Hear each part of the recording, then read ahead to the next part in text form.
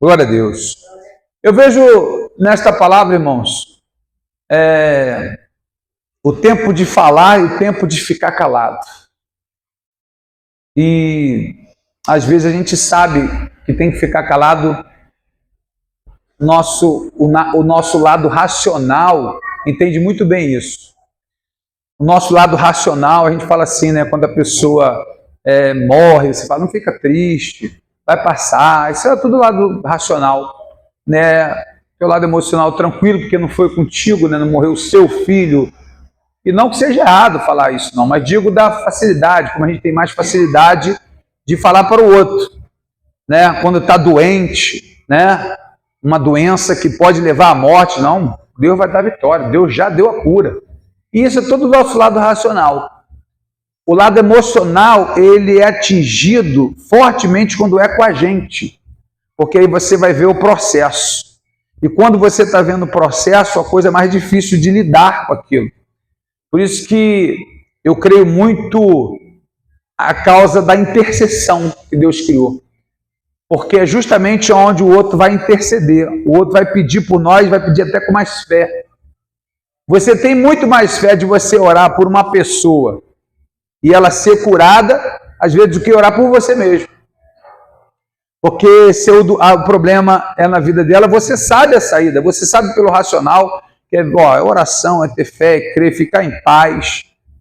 Porque é só o teu racional. Mas quando é contigo, atinge também teu lado emocional. E aí é que a gente tem que achar o equilíbrio. E quando eu falo tempo de falar e tempo de ficar calado, muitas vezes a gente sabe que deveria ficar calado. Quantas vezes, né, nós falamos, nós nos traímos, irmãos. Né? E aí nós falamos assim, poxa, eu não deveria ter falado aquilo. Né? Eu deveria ter ficado calado. Né? E por que você falou? Porque foi emocional, né? Foi o momento. Tudo isso é muito complicado. Às vezes o lado de falar, né? Andréa Vermonte, que é uma grande psicanalista, eu tenho acompanhado ela agora também, ela, né, a grosso modo falando aqui, falando sobre a descarga de dopamina quando você começa a falar muito dos teus projetos, dos teus sonhos. É como se você diminuísse a tua força. Porque quando você vai ao encontro do teu sonho, cara, tu vai numa adrenalina e cada vez que vai chegando mais perto, tu vai se sentindo mais animado, né? Perto de comprar a casa, perto de comprar o carro, perto daquela viagem, várias coisas. Quanto vai passando o tempo, vai mais se aproximando, cara, você vai ficando mais forte.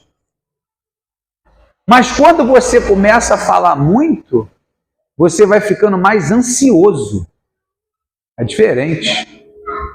E aí a substância do prazer, né, dopamina, oxitocina, essas substâncias, oxitocina, elas são liberadas e aí é como se você tivesse na 100% ao encontro dos teus sonhos, mas você já foi falando, já foi desperdiçando 5%, 10%, 15%, 20%, aí você vai com 70%.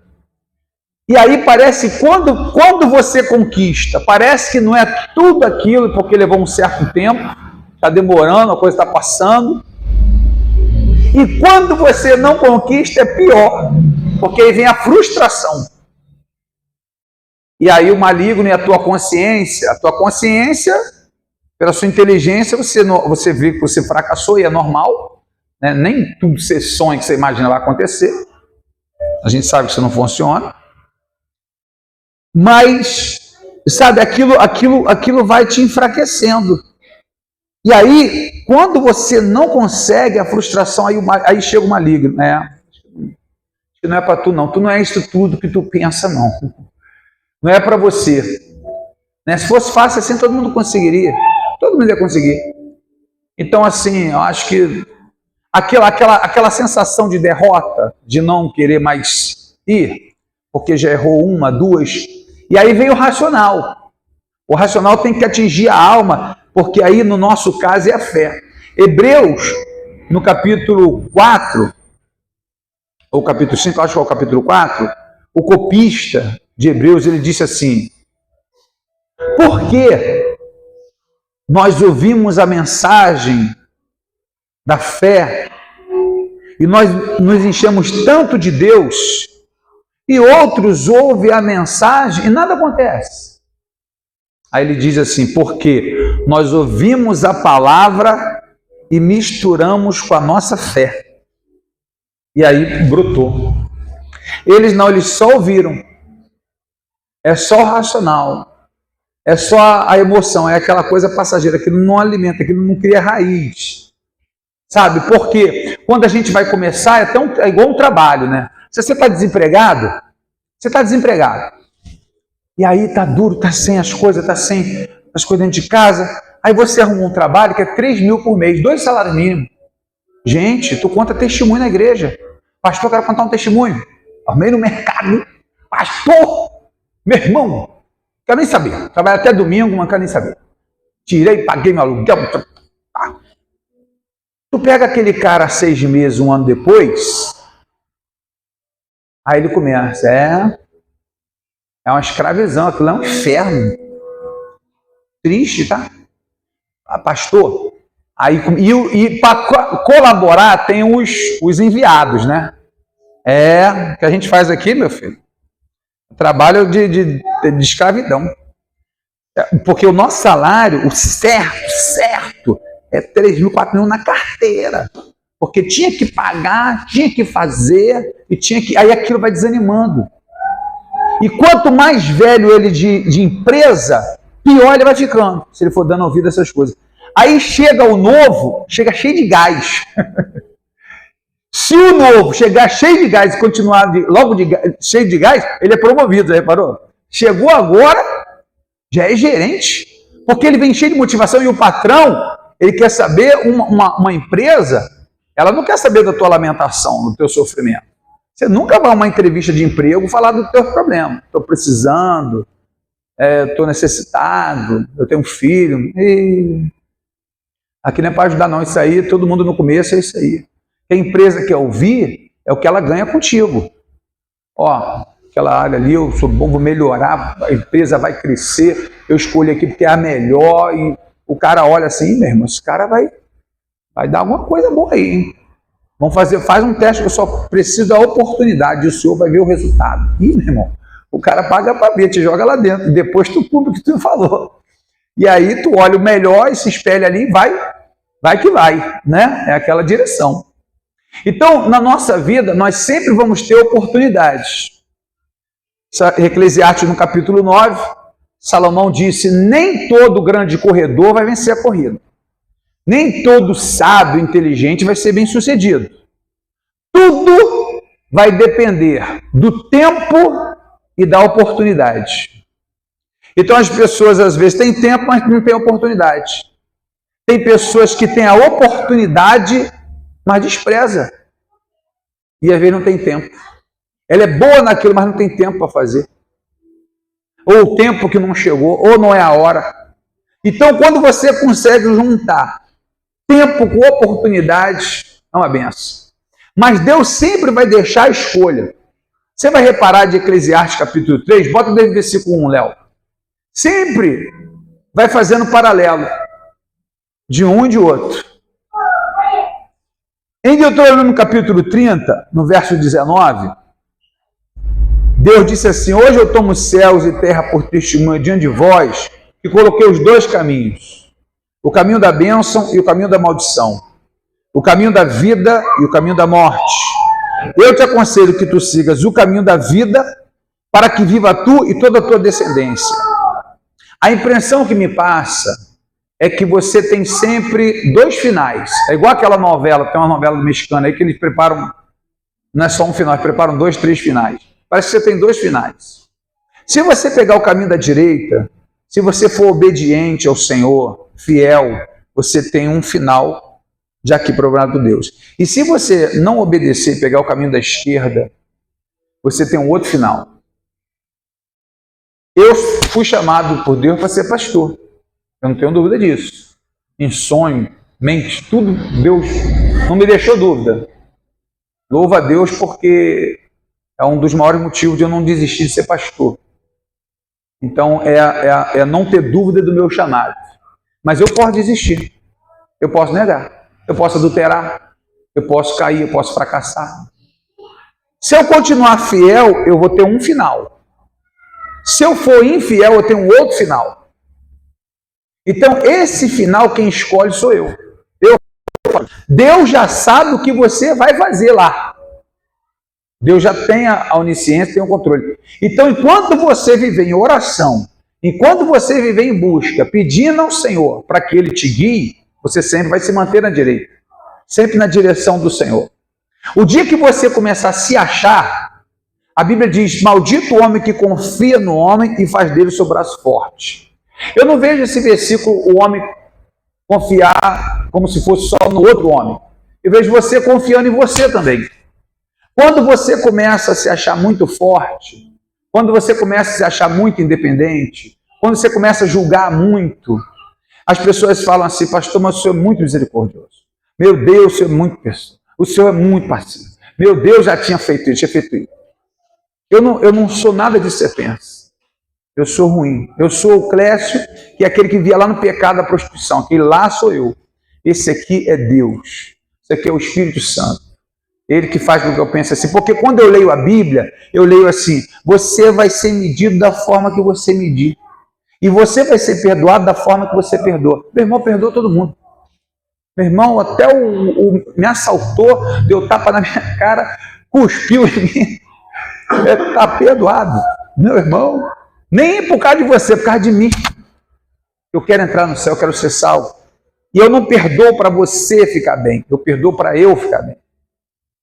Né? Porque, como diz alguns ditados de alguns filósofos aí da nossa época, do nosso tempo, ele fala que não perdoar é como se você tomasse veneno e quer que o outro morra. Eu morrer vai ser você se você não perdoar. E perdoar é independente se a pessoa aceita o teu perdão ou não. O amor de Deus. O amor de Deus é amar independente de ser amado. Eu não dependo do teu amor para te amar, não. Você pode falar que me odeia. Eu não vou falar o nome dela, mas na antiga igreja, tempo do Jonathan. Filho de um oficial. Mulher dava aula, a mulher era brava, só quando eu cheguei, eu vi um problema lá, sério. Aí, ela tinha 5 cargos. Ela dava escola dominical, ela cantava, ela pregava, ela fazia tudo e todo mundo parado. Eu falei, mas aquele irmão da aula, aquele ali prega. Não, tudo é comigo, cargo, né? Aí me levantaram a presbítero, aí deu ruim a igreja. Eu falei, não, senhora, aqui ele também vai fazer, você também, a escala. Ih, meu irmão. Aí um dia ela levantou e falou assim, eu te odeio. E eu falei, eu te amo, porque eu não dependo do seu amor para te amar.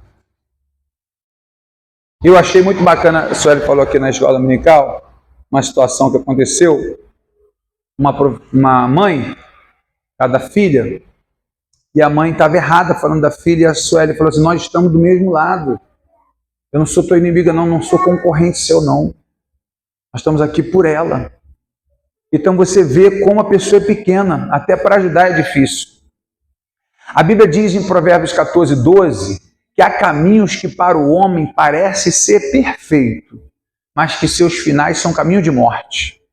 Ou seja, são coisas que você vai ter certeza que é o correto, que é o de Deus, e pode não ser. E quando você se achar forte, é fraco, é isso aqui, ó.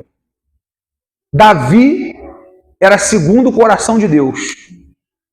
O camarada é amor puro. Davi caiu pelo coração. Se apaixonou por uma mulher que não podia se apaixonar. O homem mais sábio do mundo, Salomão, ele caiu por falta de sabedoria. Ele não soube discernir aquilo. Ele já achava que ele era poderoso. Moisés era o homem mais manso. Depois do Jonathan e do Jurandir, era Moisés. E depois do Nilson também. Moisés está em quarto aqui na igreja. Mais manso do mundo. O cara não entrou na terra prometida por falta de paciência. O povo é difícil, não é não, irmão? É. E o maior pescador estava morrendo afogado. Pedro.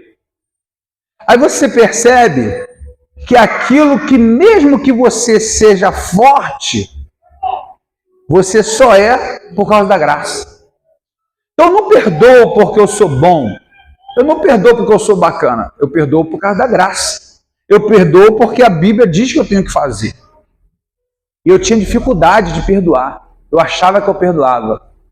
Sabe quando você sabe que você perdoa? Uma senhora cabecinha branca, bem brecanha, ela falou assim um dia para mim. Para mim não, ela falou num pessoal assim. Ela falou assim, você sabe quando você perdoa uma pessoa? Quando você diz, perdoa? Não. Quando você estiver de frente com ela. O que você sentir ali, não adianta se enganar. É isso que você sente. O que você sente quando você está de frente com ela? Ah, pastor, não quero nem ver. Mas eu perdoo. Mas bem longe assim do inferno. Então, o perdão é justamente não guardar mais nada. Não é esquecer, não é amnésia. Aquilo não tem mais efeito. Aquilo não tem mais problema. Pode-se falar do assunto que você nos importa. Porque perdoar eu não preciso ser amigo de novo. Eu não preciso conviver de novo. A Bíblia diz que não é bom nem ter muitos amigos. E amigos são mais chegados que irmão.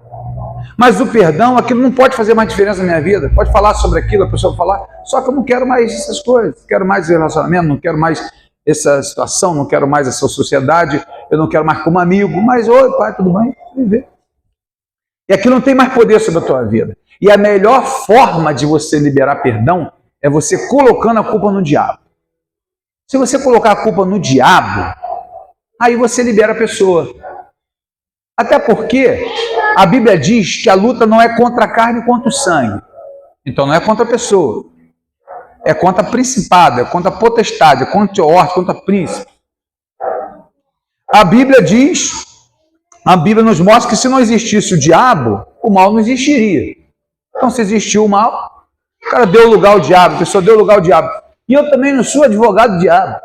Ah, pastor, nem tudo de ruim é o diabo. Tu é advogado do diabo? Fica defendendo o diabo? Tudo de ruim é ele. Até porque quando ele não existir mais, estiver no céu, não tem mais maldade. Então tudo é culpa dele. Ele criou a situação. E quando você coloca a culpa no maligno, você libera a pessoa. Você não precisa mais ser amigo. Então é fácil você liberar o perdão pela Escritura. E a Bíblia diz que se você não tem sabedoria, peça a Deus e Deus lhe dá. Então a gente começa a entender que sempre teremos duas opções, certo e errado, céu, inferno, frio, calor, tudo você tem a opção. E aqui, ó, tudo tem o seu tempo determinado, há tempo para todo propósito debaixo do céu. Bota aí, Léo, 2. Há tempo de nascer, tempo de morrer. Olha que coisa interessante, você não gosta não, vai bater até na madeira, ó. Mas você vai morrer. Ninguém gosta de falar sobre isso, né?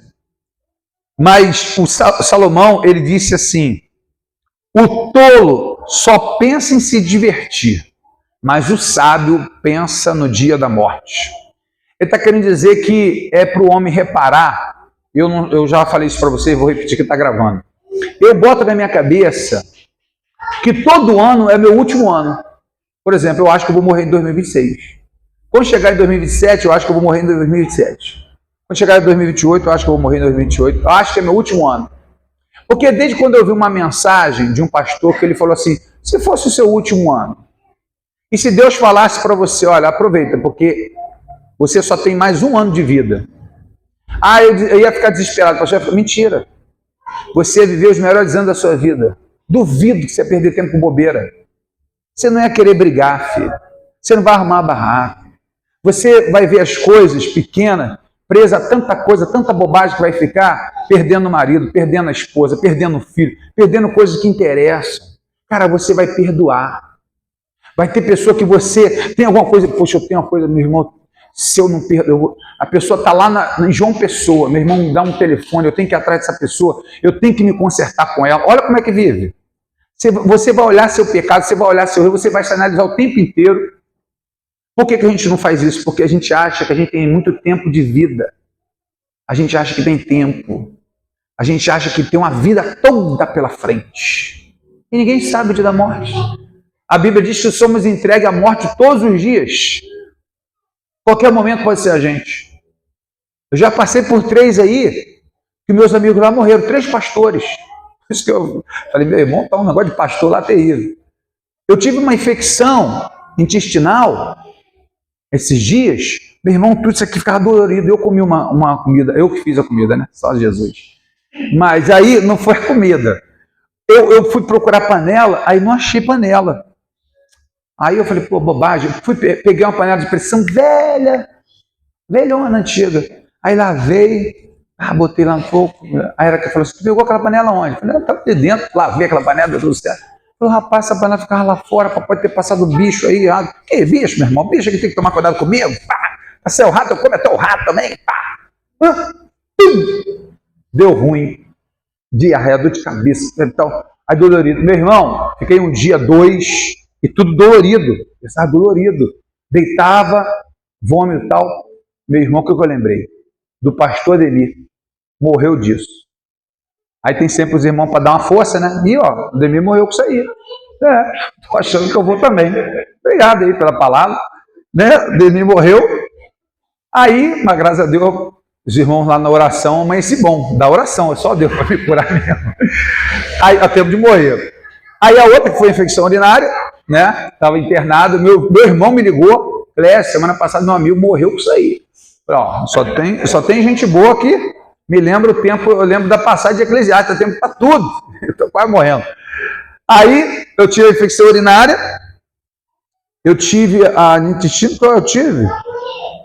Eu tive uma outra aí. Acho que foi pressão alta. Né? Foi pressão 20. Pressão 20. Falei, gente, aí o irmão, só tem um irmão bacana. O irmão falou assim, Clécio, a minha irmã teve AVC de convulsão, morreu assim, ó, fulminante com 19. E tu tá com 20? Foi tu, Antônio? Foi tu, Antônio? Acho que foi o Antônio hoje. Foi tu, Antônio? Que foi, Antônio? Eu lembrei, acho que foi o Zé. O Zé, ó, 19, morreu com 19, tu tá com 20, olha, sorte que o senhor tá vivo, não foi? Pois é, claro que estou sobrevivendo. E aí, graças a Deus, né, aí na oração lá também, tudo é por oração. Aí foi para 12, pô, show, tô fora de perigo, não, fique tranquilo. Mas eu acho muito interessante, é a paz que Deus nos dá, sabe, é a paz que não é a questão só de morrer, é a questão de você saber que Deus tem o controle de todas as coisas. Quando você está na direção, dentro do trabalho de Deus certinho, você só morre no tempo do Senhor. Pode acontecer o que acontecer. Ele tem um propósito. Por isso que Paulo, ele falou em Filipenses 1, 21, o viver para mim é Cristo e o morrer para mim é lucro. Se eu viver, é uma bênção. Eu vou só dar fruto. Eu vou falar mais de Jesus, eu vou ganhar mais alma. Mas se eu morrer, também estou em paz. Tranquilo. Então essa tranquilidade vem da Escritura. E a maioria das vezes é a parte psicológica onde a pessoa se abate que ela morre mais rápido. O médico estava dando um testemunho lá, e eu achei muito interessante, que ele viu uma cena, né, estava na internet hoje também, que uma mulher, ela ia morrer já, tal, aí ela falou, poxa, doutor, o senhor pode me falar a verdade? Ela falou, poxa, está difícil. Doutor, fala a verdade, eu estou preparado, olha, não sei, essa noite. Ela falou assim, mas tu quer, o que você gostaria? Eu falei, eu queria chamar assim minha família, né, meu marido, meus filhos. Aí o médico já chegou, o marido falou uma real, né, ó, acho que não passe dessa noite. Aí vai lá o marido chorando, né, falando com ela, e foi falando só coisa boa, né. Poxa, que você é guerreiro, que você lutando, que você foi isso, você foi aquilo, abraçado, beijou. Ela falou assim, poxa, eu estou me sentindo tanto em paz, mas você nunca me falou isso. Eu estou me sentindo muito bem, mas você nunca me falou isso. E aí houve uma melhora muito considerável, porque ela se sentiu muito amada, muito acolhida e tal, sentiu muito, não sei nem o que aconteceu depois. Mas ficou muito melhor justamente para aquelas palavras. Então a gente está esperando o tempo, mas há momentos que não há mais tempo. Tudo que tem que ser feito agora. A gente não ser só religioso, entendeu? A gente vir para a igreja, para a gente ficar juntando aqui, levar uma palavra, uma oração, fazer um louvor bacana, e quando fechar essa porta aqui, a gente vê tudo a mesma coisa. Então é por isso que Paulo falou em Romanos capítulo 12, rogo-vos, irmão, pela compaixão de Deus, que apresentei os vossos corpos em sacrifício vivo, santo, agradável a Deus, que é o vosso culto racional. E não vos conformeis com esse mundo, mas antes transformai-o pela renovação da vossa mente. Então não é aceitar o mundo, né? É a gente combater e a gente levar uma palavra de fé e de esperança, sabe? Em qualquer situação, porque o evangelho, a fé, ela resolve tudo, sabe? Resolve tudo a fé. Se for psicológico, a fé resolve. Se for espiritual, for patológico, a fé, tudo resolve. Tudo através da fé resolve. Olha, tempo de plantar e tempo de arrancar o que se plantou. Ou, né, o que a gente também costuma dizer, né? Você colhe o que você planta. Não é a coisa mais simples do mundo? Mas por que a gente reclama então de hoje? Se o que nós somos hoje é resultado do que nós fizemos no passado, né? Só cuidado com ela aqui para não passar aqui na frente. Por que a gente tem essa preocupação então? Por que a gente reclama tanto da nossa vida hoje, se tudo que nós somos hoje é resultado do que nós plantamos ontem? E o nosso futuro? O nosso futuro está intacto. Nosso futuro está em branco. O nosso futuro vai ser escrito conforme as nossas ações hoje. Tem lá dois, ó, destino. O de bênção e de maldição. O de vida e de morte. Vê o que Deus falou? Eu te aconselho que tu sigas o caminho da vida. Vê como é que Deus dá a responsabilidade para você? Como é que Deus passa para você assim o teu destino? Você que vai decidir onde você vai terminar? Versículo 3. Tempo de matar e tempo de curar. Tempo de matar, pastor? Pode matar ele? Esse tempo de matar, quando Moisés escreve o mandamento, não matarás, Moisés matava.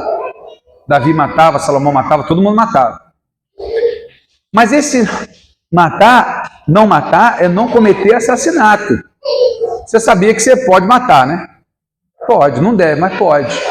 Em legítima defesa, qualquer um pode matar, tanto na Bíblia como no dia de hoje. Na Bíblia, em Êxodo capítulo 22, no verso 2, Moisés deixou escrito: se um ladrão pular na sua casa e ele for ferido de morte, tu não será culpado do sangue desse homem.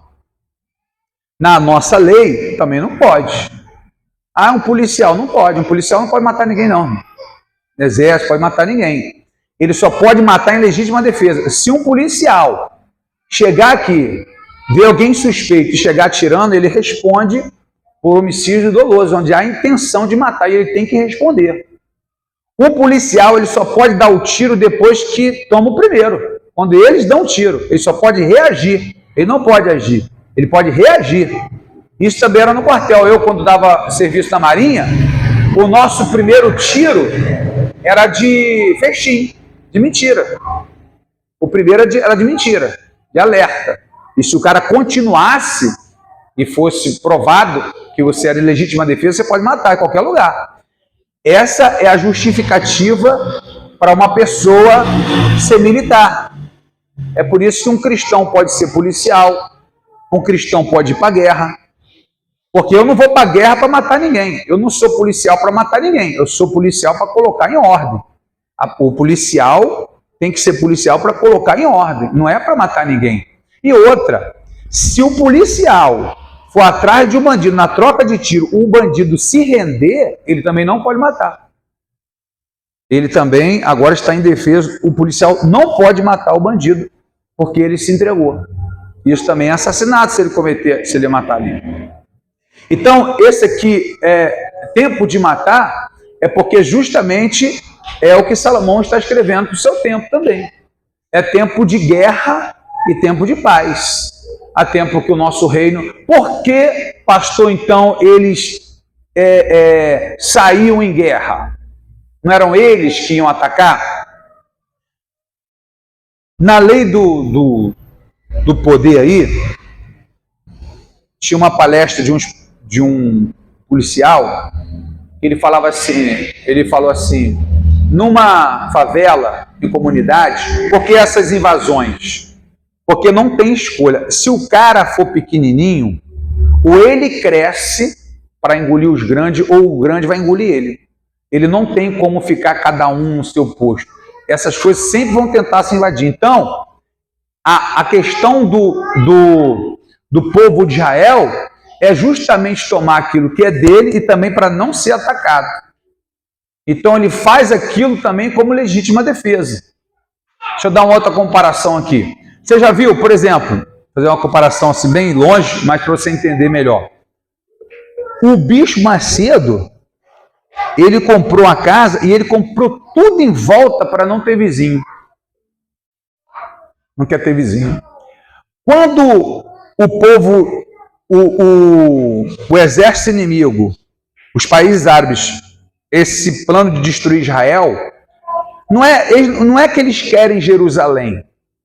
Eles só não querem que Jerusalém exista. É como fosse assim. Acontece muito no comércio também. Por exemplo, eu tenho um comércio aqui, ó, de material de construção, e eu estou sozinho. Aí o meu vizinho aqui, ó, vai alugar aquele terreno ali do Ronilson.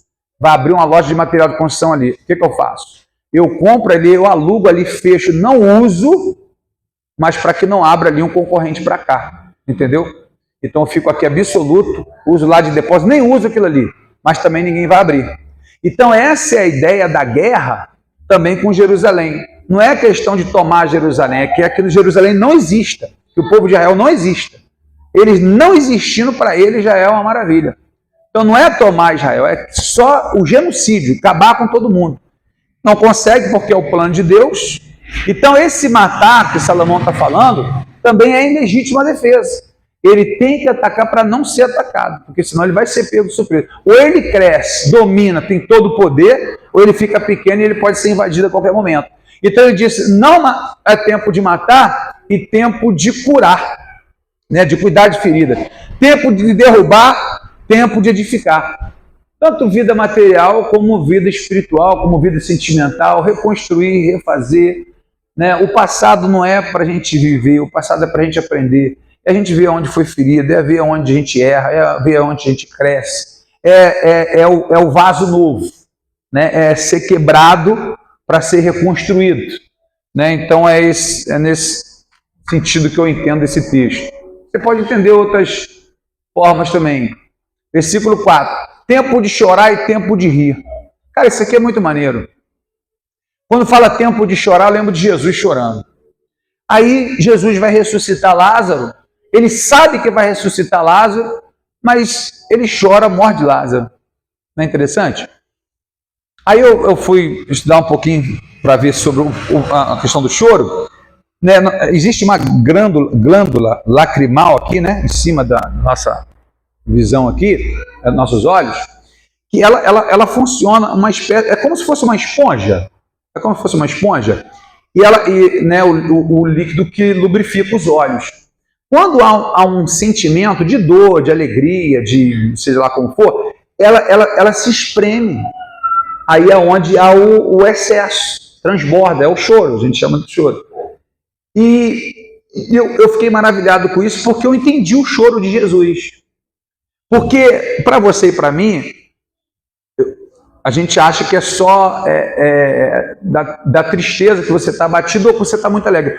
Mas com Cristo é a questão do sentimento. Como Jesus ama Lázaro, e ele está 100% homem ali, né? Ele é 100% Deus, 100% homem. Ele nunca é metade homem, metade Deus. É 100% homem, 100% Deus. Ele, como homem, ele tem sentimento à perda do amigo. E aquilo entristece, e ele chora. Mesmo como Deus, sabendo que vai ressuscitar. A gente também não chora?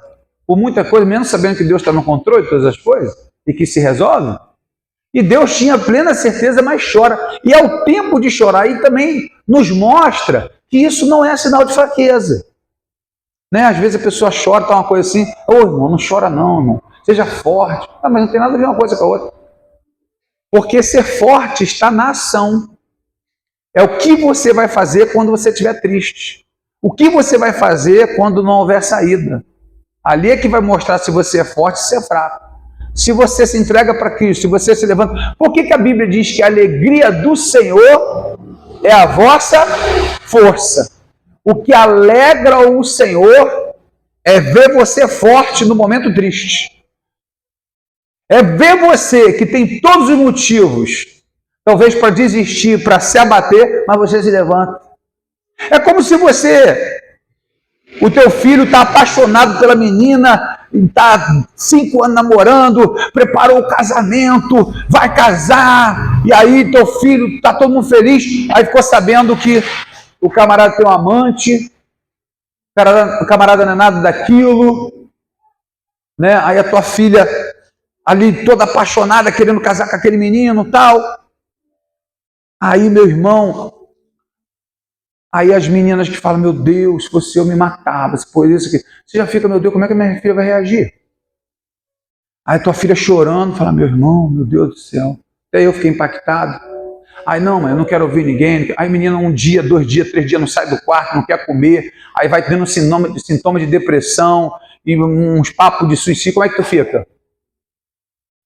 Tu fica destruído. É assim que Deus fica. Mas aí sai a tua filha lá do quarto e fala, mãe, fala uma coisa para a senhora.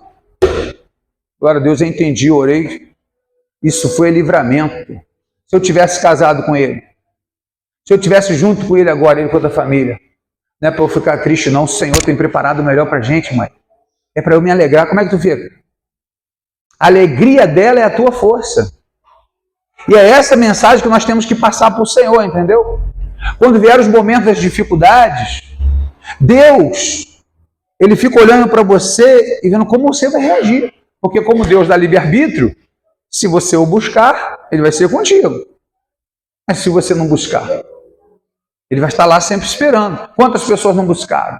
Ah, pastor, mas quando é de Deus, meu querido, só se você acredita em predestinação fatalística. Deus escolhe pessoa para salvar.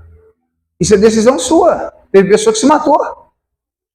Teve pastores, homens de Deus que se mataram. Teve pastores que abandonaram a fé. Homem cheio de fé que olhava, meu Deus, o homem tem mais fé que eu. De Deus, né? Bananada, mais ou menos, homem de Deus. Mulher de Deus. Depressão profunda. E quem sou eu para julgar alguma coisa? Aquela situação. O que eu sei, o que eu posso dizer, é o que a Bíblia diz. Deus nunca vai permitir uma provação, uma tentação sobre a tua vida, além que você possa suportar. Nem vinda do diabo, nem vinda de Deus. De Deus não vem tentação. Tentação vem do diabo, que é aquilo que vem para te destruir. Provação é aquilo que vem de Deus para te fortalecer, para você aprender com aquilo ali. Entendeu? Para te moldar. Hoje a gente estava falando aí da Sueli, né, que foi quebrada hoje. Né? Uma das coisas que ela mais se aborrece aconteceu com ela. E aí a gente vê nitidamente, ó, é Deus falando contigo. E ela vai entendendo. E aí vem, porque, deixa eu resumir aqui. Gente,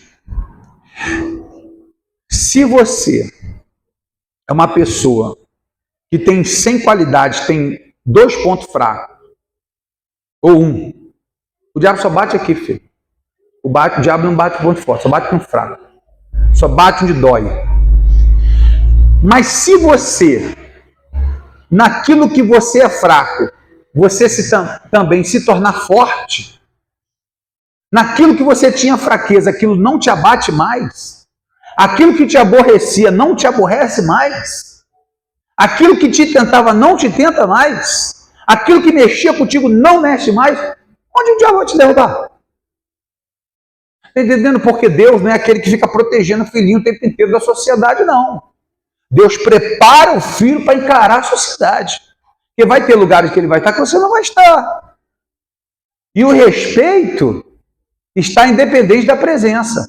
O apóstolo Paulo, quando escrevia as cartas, ele falava, não sei se foi Filipenses ou Tessalonicenses, ele disse assim, o que me alegra é que vocês obedecem tanto na minha presença como na minha ausência. Um filho que te respeita só na tua presença, ele não teme, ele não te respeita, ele tem medo de você. Ele só respeita você vendo.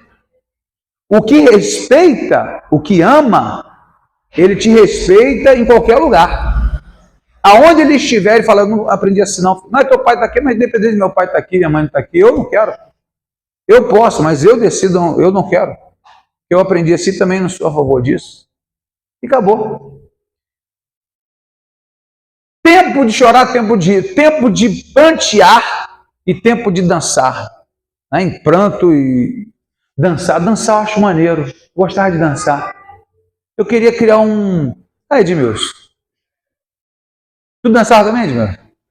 Não estava? Eu vi uma igreja que criou um montão de velhinho, cara, dançando lá. Eu achei maneiro. Eu falei, rapaz, que maneiro. Eles dançando, e pá. Aí uns dançavam música lenta, tá? Romântico, né? Ah, aquela melancolia. Tá, os velhinhos, 90 anos beijando. Eu falei, que rapaz, que negócio maneiro. Aí pá, pô, eu falei, cara, eu queria ter um negócio desse aí, achava maneiro. E aí outros dançando, né, umas músicas mais animadas e tal, porque não é a questão da dança, é para quem você dança e o que você dança. Vai dançar a boquinha da garrafa e vai falar que foi o pastor que mandou, não, né? Ô, Nilson, pelo amor de Deus, né, Nilson? Tu gostava de dançar, Nilson? Nem música lenta, Nilson? A música lenta lá, viu? Sabia que... Oh, calma aí. Né, tem umas propagandas aí, né, que o irmão ouve um negócio antigo, né? Esses dias não, Ontem estava eu, Tiago, Felipe, aí minha nora, Érica, a gente estava lá, a gente viu o filme do Michael Jackson. Aí daqui a pouco estava todo mundo, tchá! E aí, irmão, ops, gente, vamos, segura aí. Né? Ele dançava, era maneiro e tal. Aí eu lembrei do MC Hammer, né? Tal. Cara, eu dançava aquelas coisas, né? Eu achava maneiro. Falei, cara, mas a música, e para quem você dança, é que é toda a diferença. Mas, cara, se criasse algo na igreja, eu acharia muito legal. Naquelas músicas, o tipo de música. Pastor Bruno não é prova disso, não. Eu vou logo falando para vocês tiram o cavalinho da Jô. Mas seria muito legal. Eu vi dos velhinhos, que negócio bacana, cara. Tempo de dançar. Cadê, Léo? É no outro, Léo. Tempo de chorar, tempo... Não, cadê? Vai, versículo 5. Tempo de espalhar pedra e tempo de juntar pedra. Tempo de abraçar e tempo de afastar e se abraçar. Cadê o tempo da dança? Era o 4? Tempo de chorar, tempo de prantear, tempo de dançar, tá certo. Só para passar mesmo, Léo. Falou nada, né? Só para ver se estava aqui mesmo. Juntar pedra, espalhar pedra, tempo de afastar, de abraçar. Deixa eu ganhar tempo aqui. Olha, gente, tempo de abraçar. Eu já falei para vocês, né? Não sei se foi da minha criação. Eu vi que o Michael Jackson teve uma criação pior que a minha. Mas eu, até hoje, assim, os meus filhos, eu abraço o Tiago, eu abraço o Felipe, eu abraço a Érica, eu sinto o meu corpo relaxando, liberando, sabe, substâncias de prazer, aquela descarga de endorfina, de dopamina, sabe? Aquele prazer muito bacana. E tem muita gente que é sensível a isso.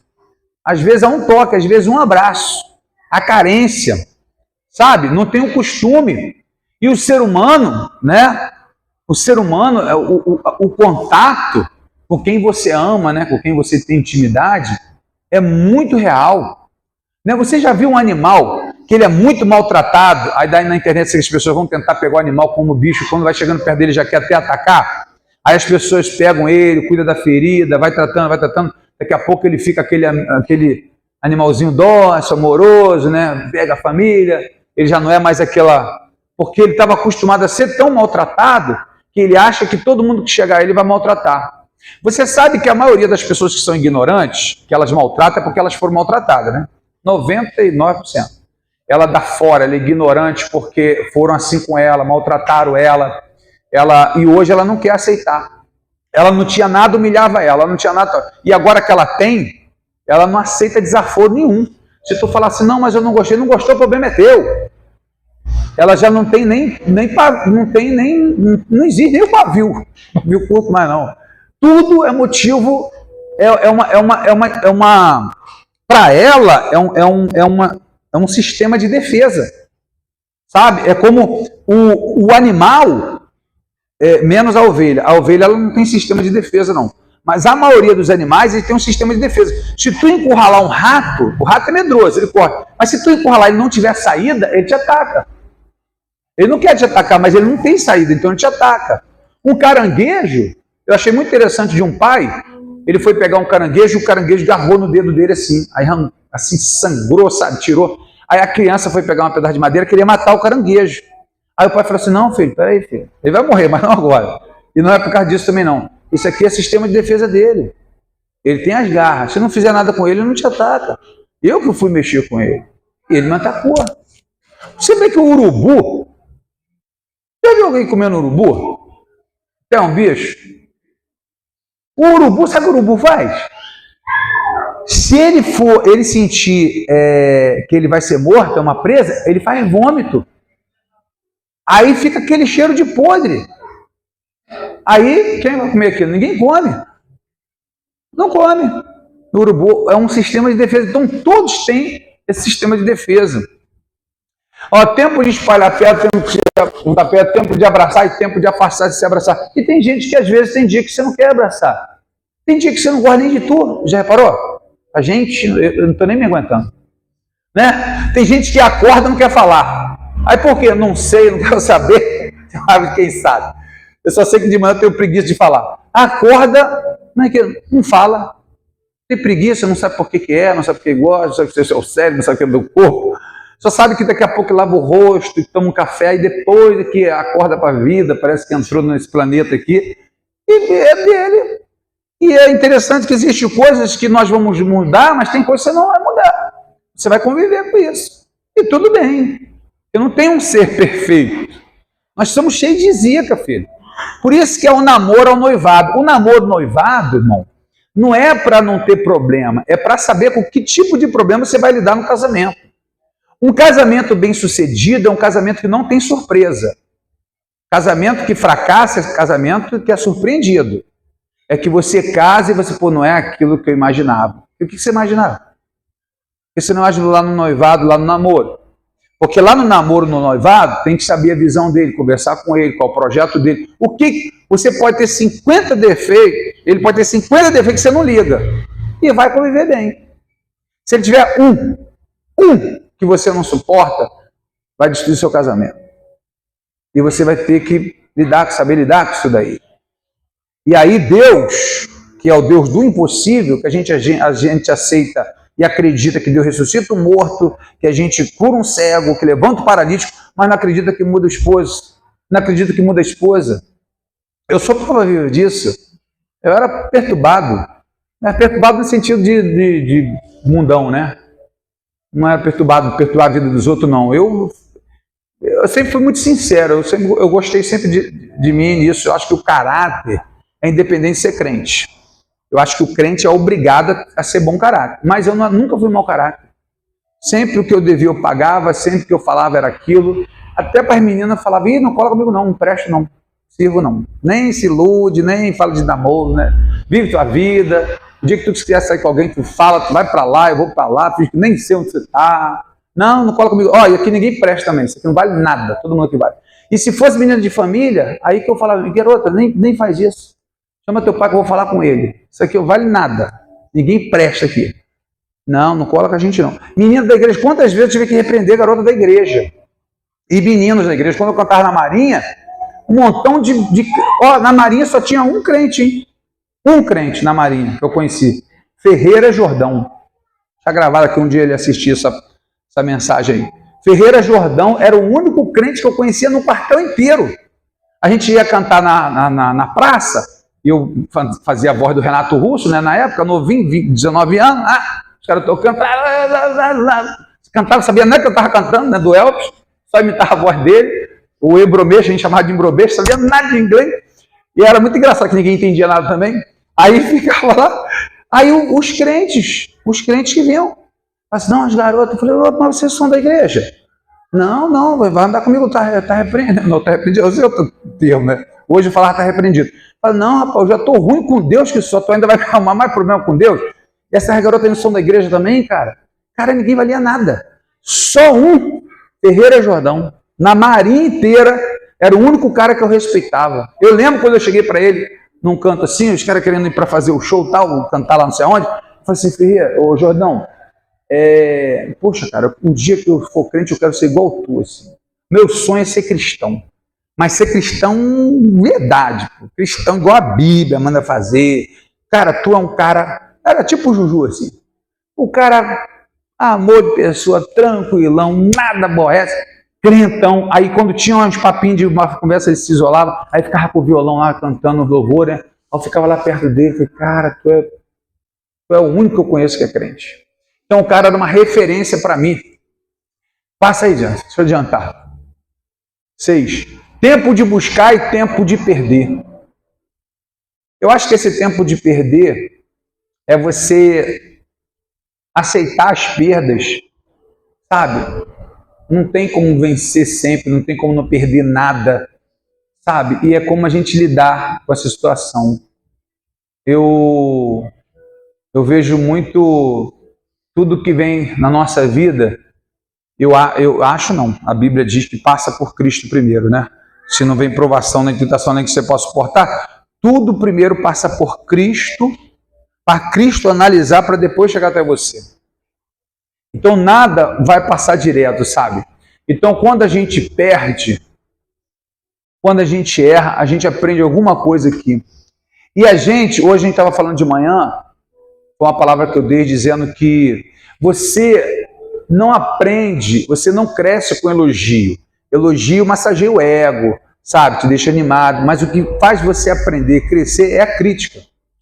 Aí eu citei Mário Sérgio Cortella. Mário Sérgio Cortella, ele disse assim, numa das palestras dele, ele disse: um inimigo fraco te enfraquece, um inimigo burro te emborrece. É o crítico, é o forte que faz com que você se prepare para a guerra e seja bem estruturado, porque você sabe que você vai encarar, não é fácil. Você já viu uma estratégia no futebol? Você já viu os países que vão jogar com o Brasil? É direto assim, ele é favorito. Brasil é 5-0, 7-0. É favoritíssimo, vai ganhar. Aí eles relaxam. Aí não. Quantas vezes o Brasil perdeu? Quantas vezes o Brasil perdeu para time pequeno? Porque o pequeno, a palavra é outra, meu irmão, é o jogo do sonho. Os caras são grandes, são bravos, mas se a gente ganhar, meu irmão, a gente vencendo, meu irmão, é da tua história, tu pode sair daqui rico. O mundo todo vai te ver, cara, se tu for o melhor goleiro, tu não deixar, cara, o Real Madrid vai te contratar, Barcelona, o mundo todo tá nos vendo, cara, é o nosso, meu irmão, os caras vão ficando igual bicho.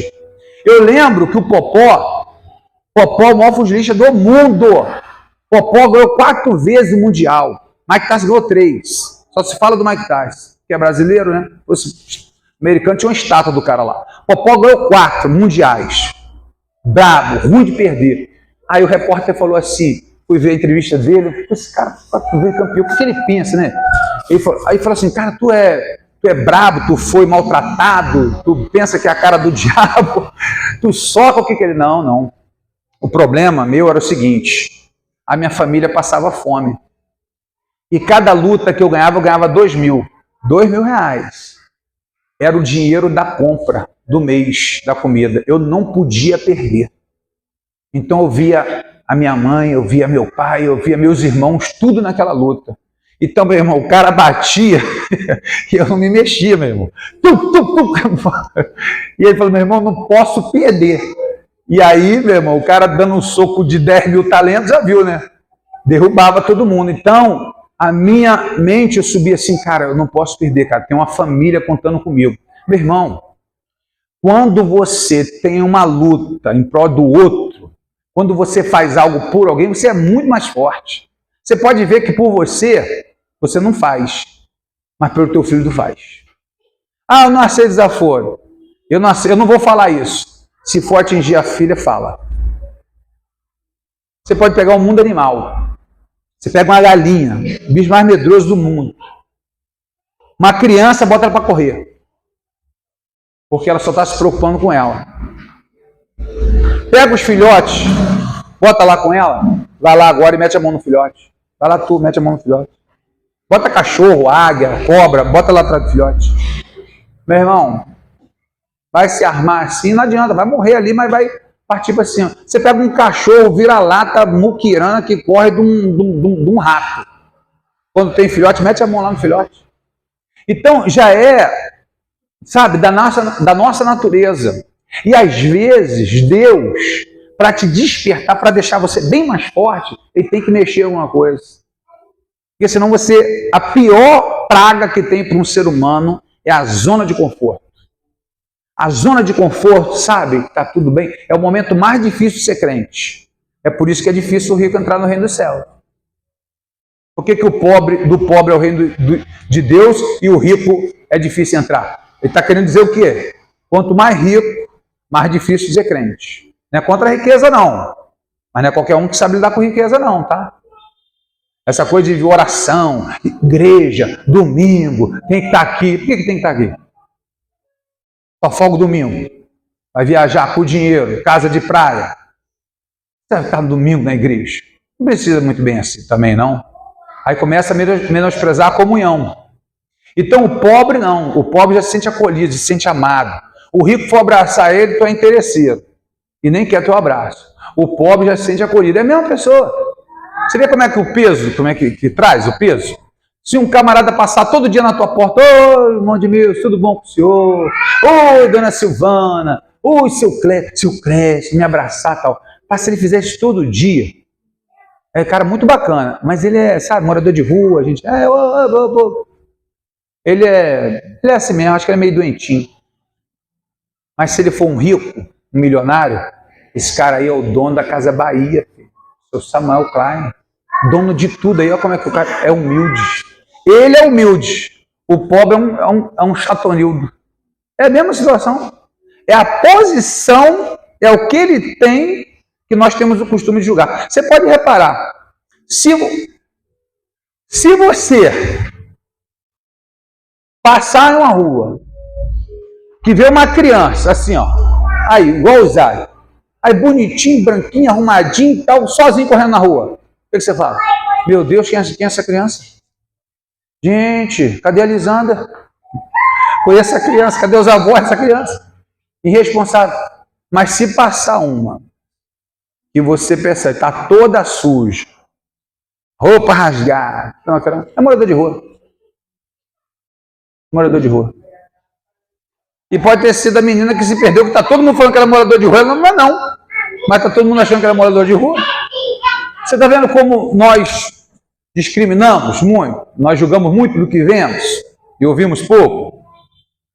Tempo de buscar, tempo de perder, tempo de guardar e tempo de lançar fora. Né? Desfazer daquele guarda-roupa também. Né? Traz aí para a igreja, vamos doar. Né? Vamos abençoar pessoas. Muitas coisas. Tempo de buscar, tempo de rasgar e tempo de costurar. Tempo de estar calado e tempo de falar. E a gente vai encerrar aqui. Olha, tempo de calar e tempo de falar. É como nós falamos aqui do tempo de se calar, quando você já começar a projetar os teus sonhos, os teus projetos, sabe, em busca da conquista. Meu irmão, só fala com o teu marido, com a tua esposa. Você ficar falando essas coisas para os outros, não. Você vai diminuir teu ritmo, você vai enfraquecer. Não vou nem falar do campo espiritual. Ih, o diabo ouve, meu filho, o diabo não é aquele bicho burro que tu pensa, não, que passa naquelas lojas, né? Que tem aquelas coisas lá, não tem hoje eu quase não vejo mais, né? Mas geralmente quando passava numa casa de... Não fala macumba mais não, conhece a casa de quê agora? Casa da ex-macumba. É, isso aí. Produtos, artigos religiosos. Quando tu passa no artigo religioso, tem um cara lá, é sempre de preto e vermelho. Não sei se é torcedor do Flamengo, eu não sei o que é aquilo ali. Eu sei que é uma vela, assim, de sétimo dia, e preto e vermelho, tem uma parte lá tal. Aí eu acho que o pessoal pensa que o diabo é um bicho feio ali, que vai aparecer na escuridão, e às vezes vem uma mulher linda, um homem lindo, vem numa situação maravilhosa. Né? Então, assim, se não tivermos a prudência, se não tivermos a visão de Deus, se é o campo espiritual, ele é super estratégico. Quando Paulo fala, olha o que Paulo fala, irmãos, vocês têm que se revestir da armadura celestial. Ele tá falando isso aqui, ó. O campo espiritual, o mundo espiritual é um campo de guerra. E quando você vai para uma guerra, irmão, se tu for no peito da coragem assim, a primeira flechada vai acabar com a tua vida. Pode ser o maior guerreiro do mundo, que briga, que atira, que é fera, que arrebenta, mas tu tomou uma flechada, acabou, cara. Parece aquele filme do Indiana Jones, lembra? O filme de Indiana Jones, pulou um cara dando karatê, tal, fortão, saltou ele puxou a arma, pá, o cara morreu. Ele, vambora, gente, acabou. Não teve nem mais briga. E é assim mesmo. Então Paulo, ele arma o seguinte, ele faz o seguinte, irmãos, no mundo espiritual, você tem que se revestir. capacete, bota, espada. Ó, por exemplo, quer blindar a sua mente para que uma flecha não te atinja, para que algo não venha à sua mente? Você bota o capacete. O capacete seria o quê? A salvação. Capacete seria salvação. Se você viver pensando em salvação, cara, nunca vai atingir tua mente. Porque tudo que você for fazer, isso vai implicar na minha salvação. Você sabia que foi isso que minha mãe falou sem ela saber? Já falei para vocês, né? Fui criado em rua, orfanato, colégio interno, tudo. Minha mãe não cuidava, não tinha como, só me via domingo. Ela falou assim: eu só tenho para te dizer o seguinte: nunca deixe de estudar e nunca deixe de falar com Deus, se apegar a Deus. Então, eu estudava e tudo que eu ia fazer, eu ficava pensando assim: será que Deus vai gostar disso? Aí quando eles faziam as coisas assim: pô, mas tu tá batendo no garoto. Pra que tá batendo no garoto? Ah, mas só pra zoar ele. Ah, mas Deus não gosta disso não. Tudo eu botava Deus. Criança. E ficou aquilo na minha mente. E era capacete. Hoje, tudo que eu penso é que é meu último ano e eu só penso no juízo final. Eu só penso quando tiver todo mundo lá no tribunal de Cristo, vai chamar nome por nome, vamos estar lá. Isso vai acontecer. Eu só penso nisso. Eu não fico pensando no meu dia, se amanhã não sei o que lá, o que vai acontecer, ali alguém vai falar de mim. Eu não penso nada disso. Eu penso só na salvação, plano da salvação, trabalho, família, estudo, e eu fico, meu Deus, eu acho que esse ano pode ser o último ano, então vamos trabalhar, vamos fazer obra, vamos cuidar da igreja, eu quero chegar bem diante do Senhor. E pode ser meu último ano. Eu só penso assim, são 28 anos já, que todo ano eu penso que eu vou morrer, eu estou 28 anos, e aí então 28 anos não morreu. Ó, é a forma que eu penso, é o capacete da salvação. Então, cara, você também tem que ter, você tem que saber se defender e você tem que saber atacar. Ó, você se defender é um escudo. Esse escudo é a tua fé. Se você tiver fé, vai ser um escudo, cara. Sabe, as coisas vão tentar te atingir e vai cair ali no escudo. Sabe, vão dar tiro, vão jogar bomba, vão dar espadada e você vai se proteger.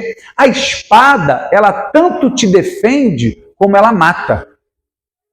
Então você pode se defender com a espada, que é pela palavra, e matar. Então, se você conhecer a palavra, cara, você vai se defender e você vai matar o inimigo.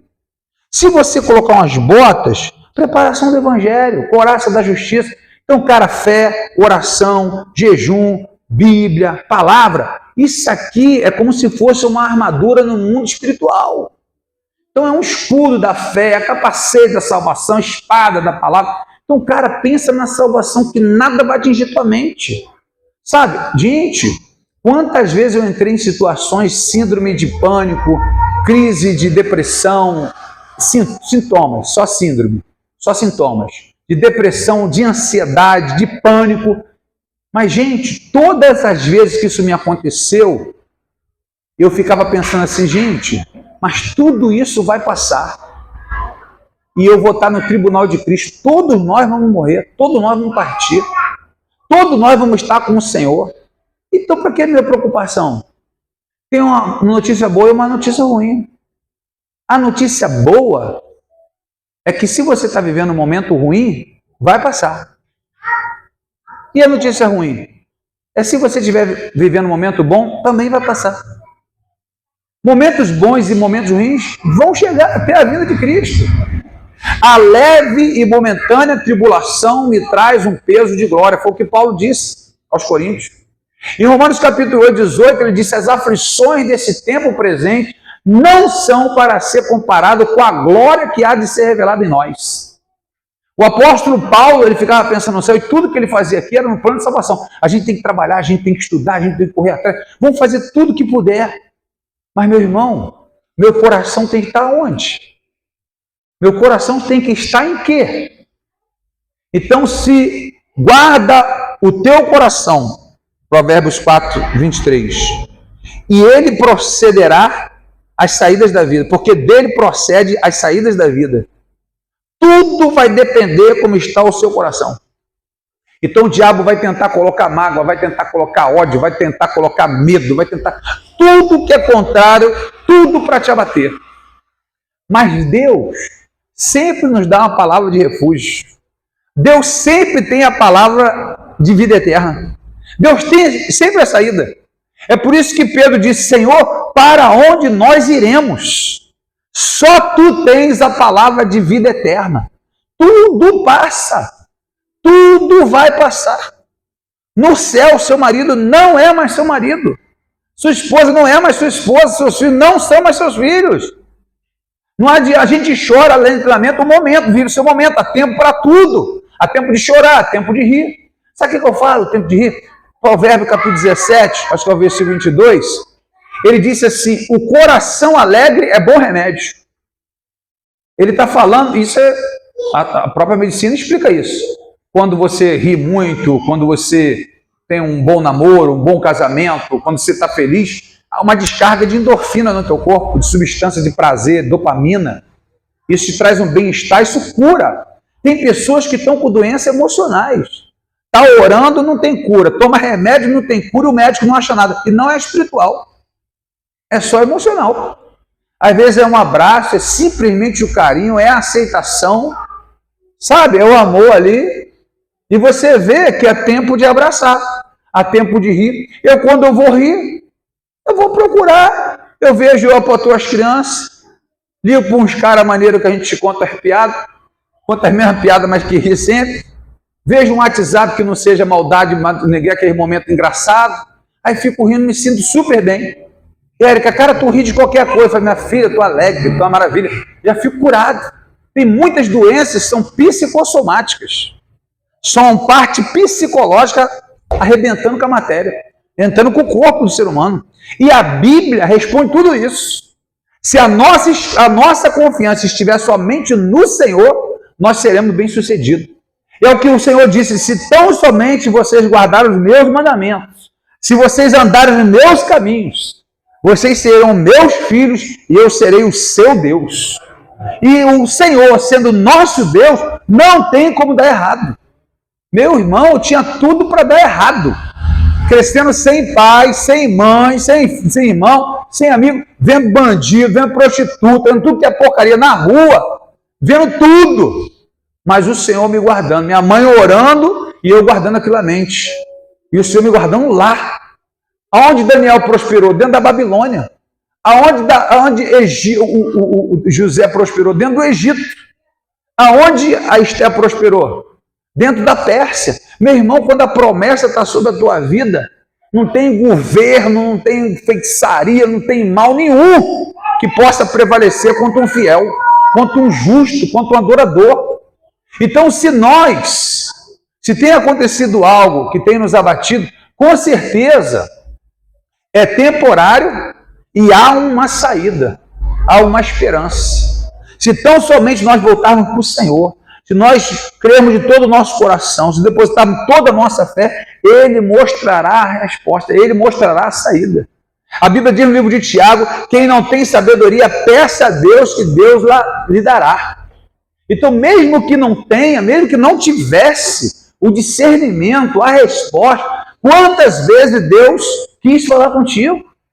E se não falou, não é culpa dele, é culpa nossa.